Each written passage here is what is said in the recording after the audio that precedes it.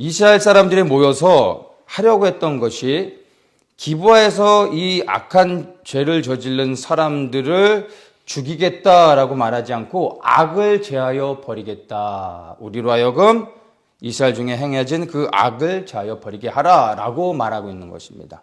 근데 이 말 안에 중요한 영적인 의미가 그리고 영적인 원리가 담겨져 있습니다. 우리는 흔히 이제 죄라는 단어를 쓸 때 죄라고 말하기도 하는데 죄악이라고도 말합니다.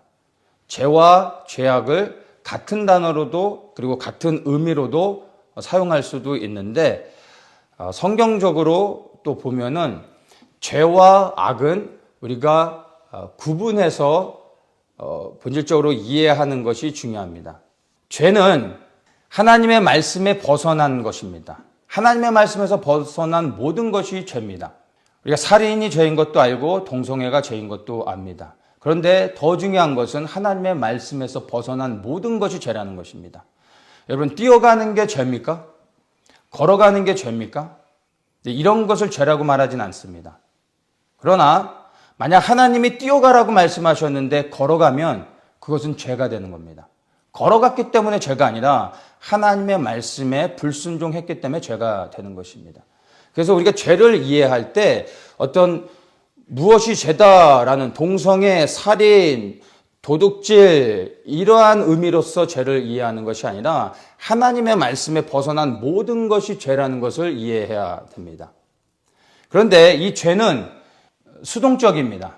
그리고 비인격체입니다. 그래서 죄는 죄 자체로 그냥 있을 뿐이지 이 죄 자체가 스스로 우리에게 어떠한 영향력도 행사하지 못합니다. 우리가 그 죄를 건드려서 그 죄의 행위를 하기 전까지는 이 죄는 우리에게 그 어떠한 영향력도 행사하지 못한다는 것입니다.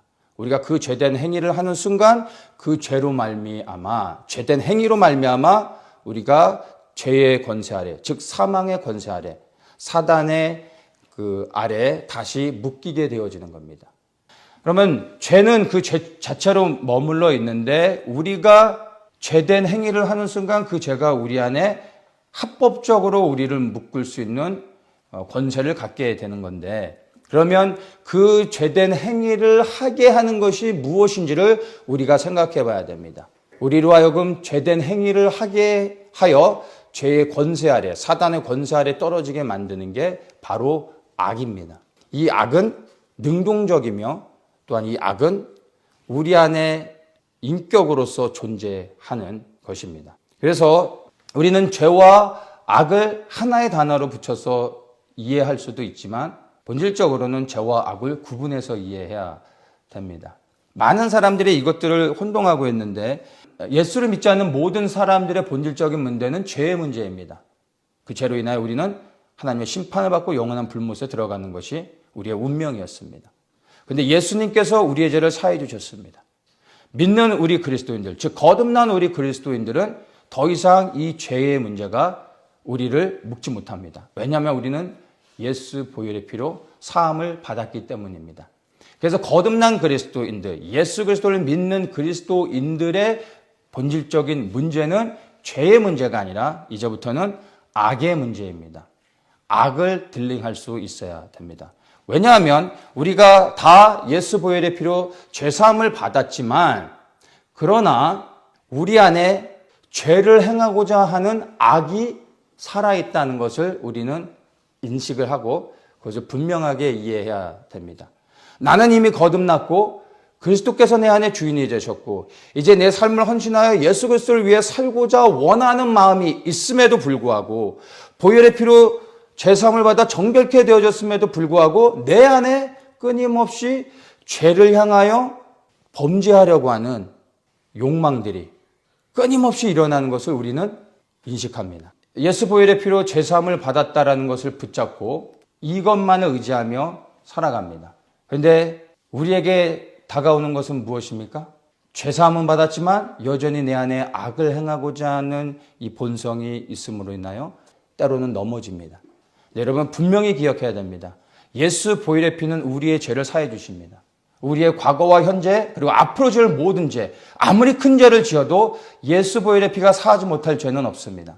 그러나 이 예수 보혈의 피는 우리의 죄를 사해주는 능력이 있지만 우리 안에 존재하는 악을 제거할 수 있는 능력은 없습니다. 이 악을 제거할 수 있는 것은 오직 위로부터 임하시는 성령의 충만함을 받아야 이 악을 제거할 수 있습니다. 이 악과 싸워 이기는 것입니다.